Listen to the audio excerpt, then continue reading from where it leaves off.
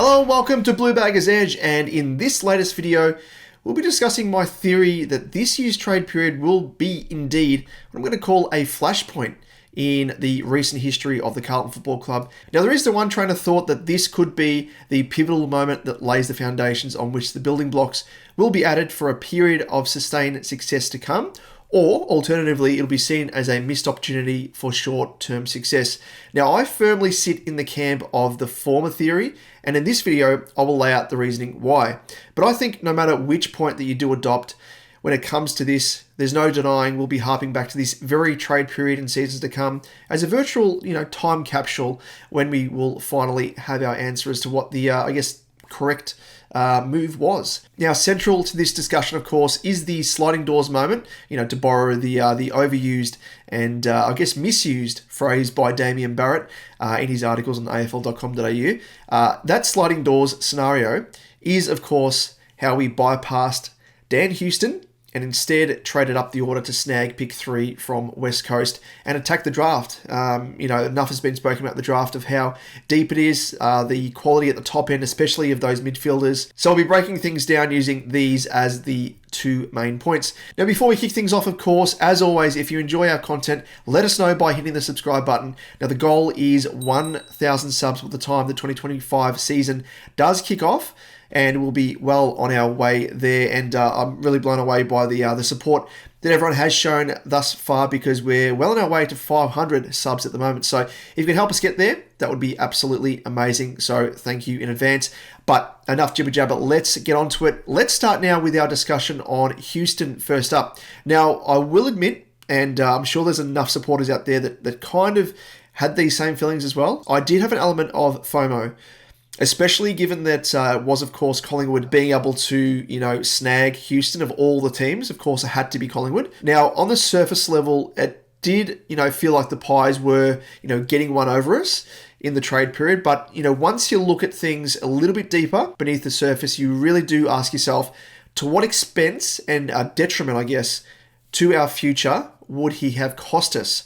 Now, looking at the short term, there is no doubting his pedigree, of course, with Houston, a multiple All-Australian and one of the more potent rebounding halfbacks of recent seasons. So, yes, whilst he would have made our side better, do we do it to the detriment of our medium to long-term future and, outlook, where the salary cap becomes ever so important and when the draft becomes overly compromised once Tassie eat up virtually every pick over consecutive seasons? So, personally, looking at that, speaking to that point, ever so briefly, personally, I am happy with the approach the club has taken in refusing to budge at Port's overinflated worth of Houston of 2 first-rounders.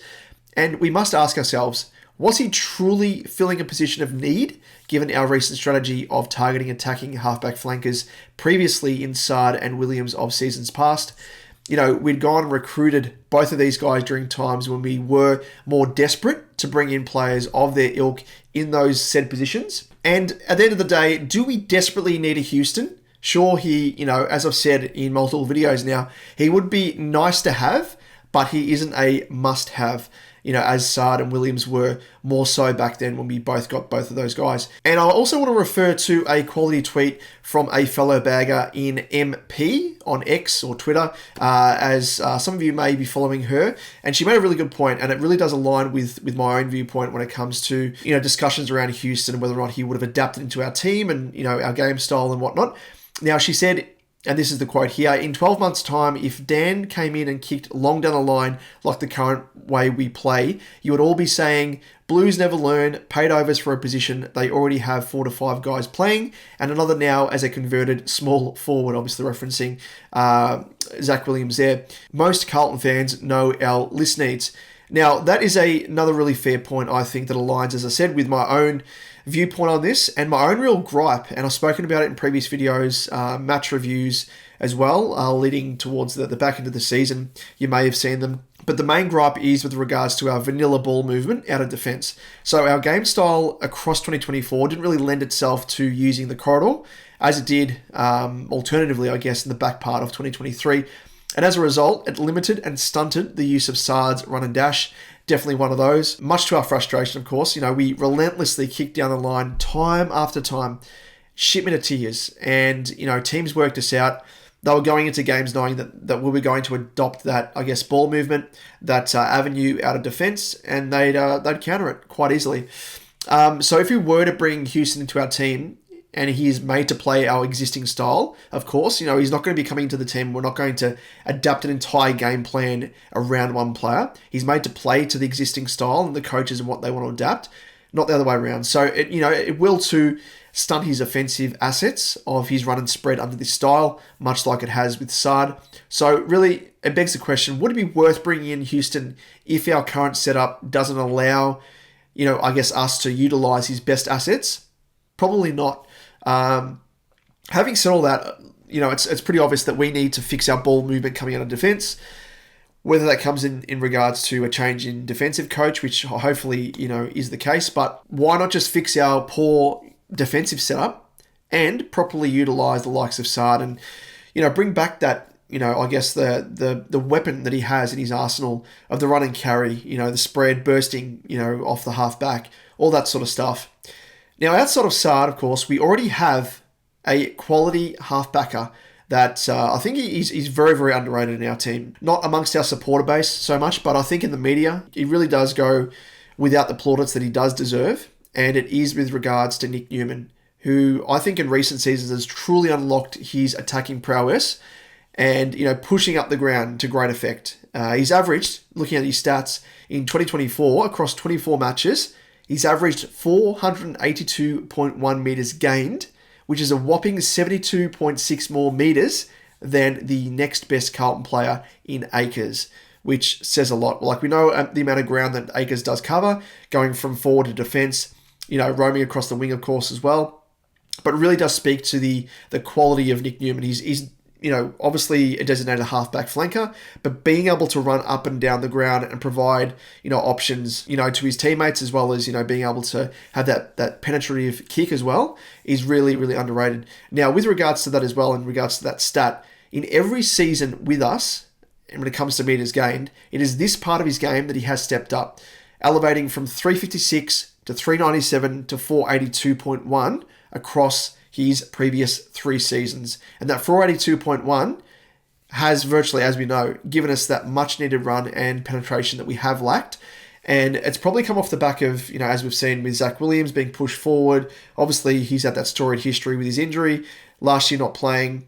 Probably, I guess, pushed Newman into that role a bit more.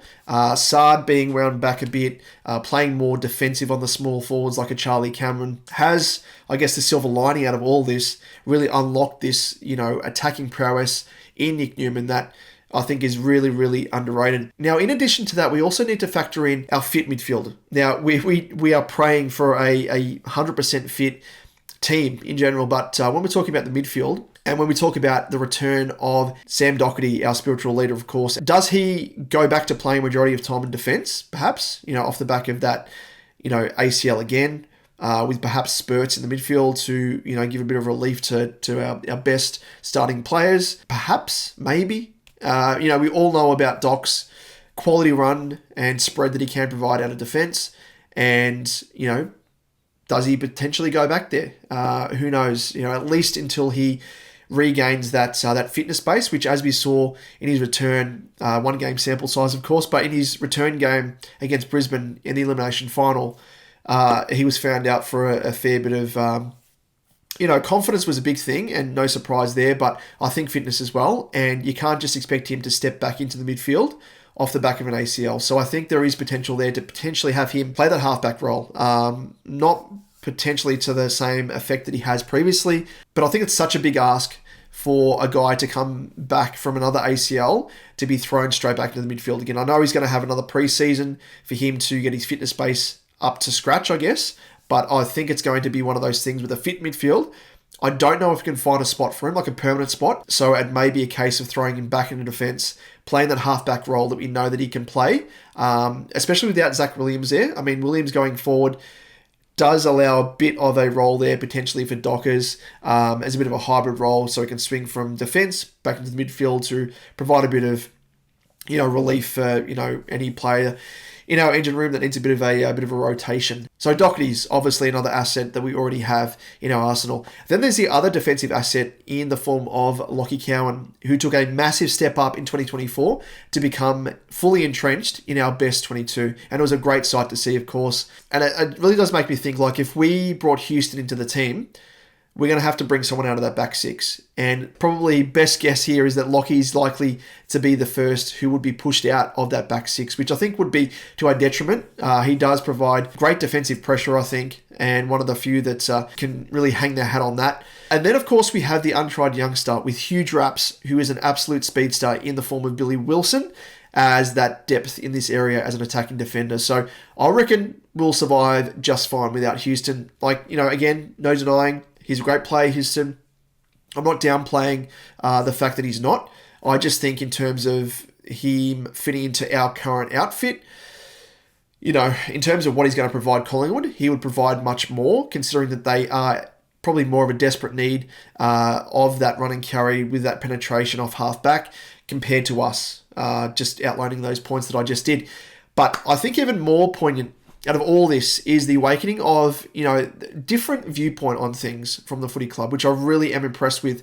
And it's no longer being so negligent with our salary cap, throwing bulk coin at a player or more so, a name. And we've done it in recent times, of course, with Jack Martin and Zach Williams, the most notable. And luckily that was during a stage of the team's development that we hadn't yet, tied up a massive amount of coin to other players. At that time, of course, Cripps hadn't yet won a Brownlow, nor had Charlie or Harry won their Colemans to demand the big contracts they're now on. Cripps, he re-signed in 2021. Walsh, Harry and Charlie in 2022. And even TDK, he re-signed in 2023 on that contract that will expire at the back end of next season. So times have changed and the salary cap is tighter probably than it's ever been. And in order to keep the likes of Charlie, Harry, Cripper, Walsh, TDK, we've had to pay their worth. And, that's just the nature of the market, which, combined is a fair chunk of coin. So we just re-signed Weeders, of course, to a sizable deal, which makes our cap even tighter.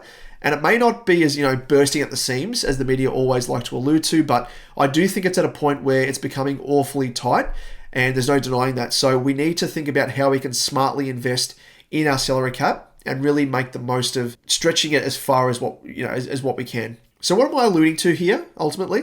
Well, primarily it is around list retention and more importantly, the talent that we do have, which is central to building a premiership list. So there's no denying that we have the spine that I think other teams would absolutely kill for. We've got Weeders, we've got Cripper, we've got Walsh, we've got TDK, we've got Kerner, we've got Harry. Of course, there are other players, other pawns around them that are more raw players, but I think they are the key core to forming that spine and that premiership spine potentially that we can use to have a full tilt at a flag. And I do think that maintaining this is priority one.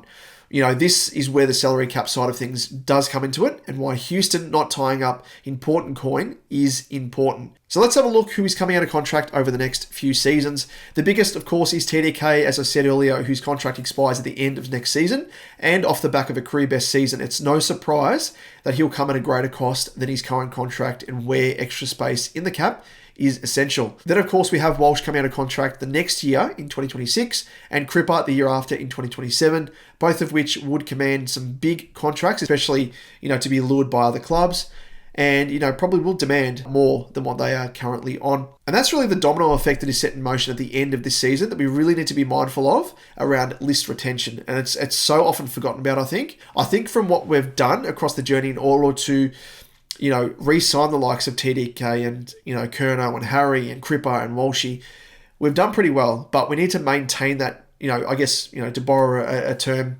a cadence, a bit of cadence here, because we need to be ebbing and flowing when it comes to contracts and making sure that they're not all expiring at the one time where they're going to be demanding some extra coin on top of the new contracts. So we do know that the salary caps will be expanding, of course, over the coming seasons, but I think we need to be mindful of the fact that we need to have some extra coin and space in our cap outside of that to really allow us to have that breathing room, because we don't know how much TDK is going to be, he's going to be in high demand, of course, but we don't know in terms of the big dollars that other teams are going to be throwing his way. St Kilda, we know, they were sort of targeting him. when he was last coming out of contract, and that was before he had his breakout season, of course, this season. So, sky's the limit really for TDK, and his manager's going to be rubbing his hands together. So we really need to be mindful of that and have a game plan set in play where we can get into his ear in the early part of 2025 and be like, let's do it. Let's sit down. Let's flesh out this contract. What are you after? This is what we can offer. Let's see if we can meet in the middle and go from there. So we really need to be ever so mindful of that. And I think this is something that has been lost on many critics of Austin and the recruiting team for not targeting Houston. The thing you got to keep in mind here is they do have that longer term optic side of things. And it's this long-term thinking that is going to have us in a better spot. You got to ask yourself, would you sign Houston knowing that it would come at the expense of not having, enough coin to re-sign a TDK, who is arguably a more pivotal piece in our team puzzle as the new age dynamic ruckman that elevates our side? I would gladly bypass another attacking halfback in Houston if it meant that we had the extra cap space required to re-sign TDK easily. Then we need to extend this further as well, this thought, in terms of, trying to lure talent, existing talent from other sides in positions where we are in more desperate need compared to, of course, again, a halfback in Houston. And I'll reference here a centre halfback that we are in desperate need of. If bypassing Houston allows us that extra little space to try and lure across, potentially TDK's brother in Sam when his contract expires next season, then I too am all for it. So the point is here that we need to be smarter and take a longer term strategical view of things, something that we really haven't done too smartly across the decades as a club. Heck, throw money around at all costs mantra is what got us into the salary cap situation in 2001. The last point here I wanted to touch on, and something that I think is being swept aside and is an important detail, is not paying overs for Houston in draft capital. Like Port were, I think, in a fortunate position as they were hoping desperately for a bidding war between us and Collingwood. And that would have meant their chances of being able to demand the 2 first-rounders becoming a bit more realistic. 2 rivals swinging their dicks, trying to one-up each other, whilst Port, they just sit there with their hands, rubbing them together, waiting on which of the 2 stumps up and gives their draft capital across 2 drafts for one player whose capital, I think, has been overinflated off the back of back-to-back All-Australian seasons. Not a chance for me, really. In isolation, I think a lot of people look at market value and look at what he's achieved over the past few seasons. We do know that Houston's a great player, but look at over the course of his career. He's now, going to be 27, 28 years of age. If he plays until he's, 32, there's another 4 or 5 years max. So really, is that going to help us and elevate us across that period in a position that we are already well stocked in? I don't think so personally. So now, having spoken about Houston, let's turn our attention now to the other part of the sliding door scenario in trading up for pick 3. And again, this is an investment into our future from a different perspective. Whilst the Houston play was largely based around him being, a nice to have and not a must have, whose arrival would have had an impact on our salary cap with the likes of TDK, etc. coming out of contract, the pick 3 was a move that secures our longer term future on 2 counts. So the first is securing a top-end generational midfielder with speed to burn in one of the strongest draft crops in 20 years, which is an area of immediate need, of course. Again, more pressing than another halfback flanker in Houston. And the second is securing quality talent now, having foresight in knowing Tasmania will be entering the competition in 2028 and virtually locking out a majority of other teams from the draft, as you can guarantee that they will get the same amount of draft concessions that were afforded to both the Giants and Gold Coast. So if you have forgotten what they were given picks 1, 2, 3, 5, 7, 9, 11, 13, and 15, the first selection in each round, of course, as well, early access to recruit the best 17-year-olds via a mini draft, access to recruit no more than 1 player at each club, so they lured across a player, and hopefully it's not Lockie Cowan in our situation here.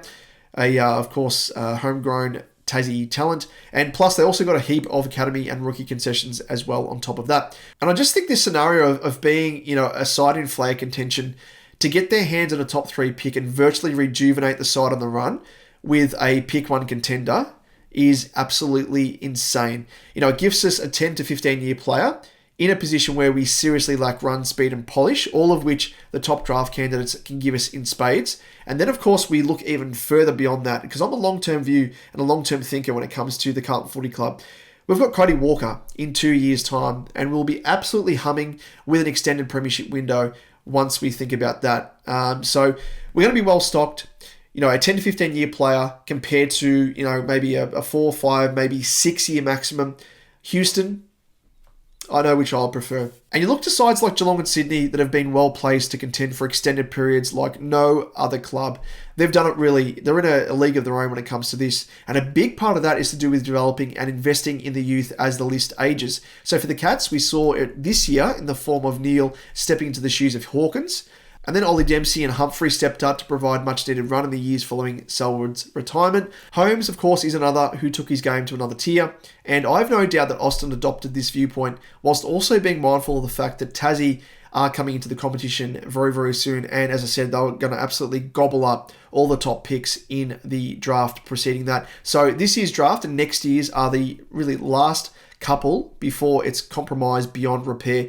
Then we factor in, there's academy selections and stuff as well that we have to contend with, father-son selections as well, so on and so forth. So why not invest in this year's super draft while we can? While we know that we've got, great quality players in an area of need in the midfield at the top end of the draft. It just really does speak for itself in my eyes. So we've ticked off our need for speed and quality ball use in the middle with pick 3. Now that all remains really is grabbing a quality centre-half back that will best complement Wieders and will virtually be 99% there. Of course, a question mark remains on our small forward brigade, but if they can step up, we will truly have the makings of a team that can have a genuine tilt at a flag. As I said, I think this move will go a long way to dictating how we perform over the years. And I think the key here isn't just trying to nab a flag now. It's about sustained success to give yourself 2 or 3 bites of the cherry, as we've seen by the likes of Hawthorn and Richmond in recent seasons. And that's what makes a good side. And it's that foresight in building a premiership team, which is the key. Now, to summarise, of course, you can only make moves based on your current situation and circumstance and guesstimate off the back of that the best move based on the medium to short-term future, as it appears as that blurry haze in the distance. So, using a bit of an analogy here, on the freeway towards the premiership, do you take that left turn or perhaps take the one that appears right? Either way, we'll find out the destination that we arrive at in good time, and only then can we look in the rearview mirror to this trade period and judge if we made the right call. But I'm confident in the club, Austin, the recruiting team, that we did. But where do you stand? Let us know in the comment section down below. Would love to see discussion points. As always, if you love our content, let us know in the form of a sub.